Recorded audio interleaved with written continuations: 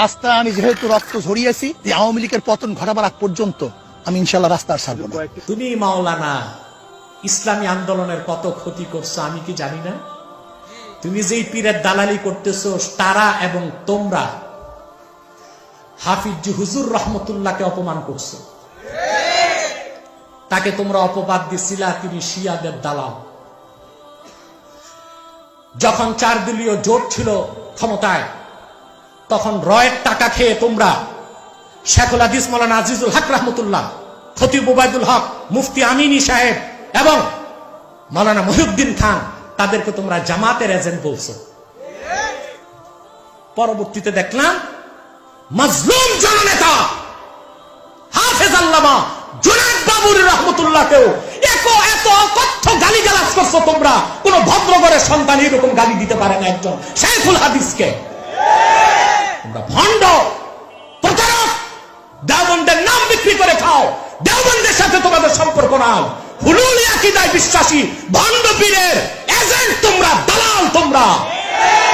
সারা দেশের হক্কানি উলামায়ে দেওবন্দকে বলবো, তাদের কথায় বিভ্রান্ত হবেন না। আমার সাথে আপনারা থাকলে, না থাকলে আপনাদেরও ক্ষতি নাই, আমারও ক্ষতি নাই। থাকলে উম্মাহের লাভ। দেওবন্দের জন্য দরদ আসছে। 13 সালে হেফাজতের বিপদের সময় কোথায় ছিলাম মৌলবী? সুসময়ে অনেকে বন্ধু হয়, অসময়ে হায় হায় কেউ কারণ হয়। 13 সালে হেফাজতের বিপদে তোমাদের পীর আর তোমরা মৌলবীরা রয়ের দালালি করে হেফাজতের বিরোধিতা করছো। এই অধম হেফাজতের পক্ষে কথা বলে গেছে। কারণ আমি চাইতাম অরাজনৈতিক একটা সংগঠন থাকুক যারা ইসলামী আন্দোলনের নেতৃত্ব দেবে। পরবর্তীতে হেফাজত যখন আবার জুনায়েদ বাবুরী রহমতুল্লাহর নেতৃত্বে লাখ লাখ মানুষ নামাতে লাগলো, আবার তোমরা অপবাদ দিলা তারা নাকি কোন দলের দালাল। তাদের বিরোধিতা করলা। বিরোধিতা করতে করতে কতটুক নিকৃষ্ট কমিনা তোমরা।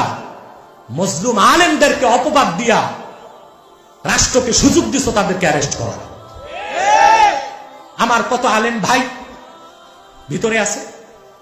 আপনারা শুধু গালি দেন সরকারকে নিয়ে আসা। সরকারকে ভুল তথ্য দিছে কারা? এসব মুনাফিক পীর ও আলেমরা দিয়েছে। বয়কট করো তাদের। তোমরা কারে বাদ দিছো? মুফতি আব্দুল মালিক সাহেব এত বড় আলেম, তাকে গালিগালাজ করছো কত বছর। মুফতি কামাল রাশেদি বাংলাদেশের সেরা মুফতিদের একজন, তার বিরোধিতা করো। তোমাদের বিরুদ্ধে ফতুয়া গেলেই মুফতি ভালো না। তবে আব্দুল মালেক আর কামাল রাশিদি আলেম, কিন্তু নিরীহ, পেশি শক্তি নাই। আব্বাসী মঞ্জিলে সবটাই আছে, কিতাবও আছে, কনিও আছে।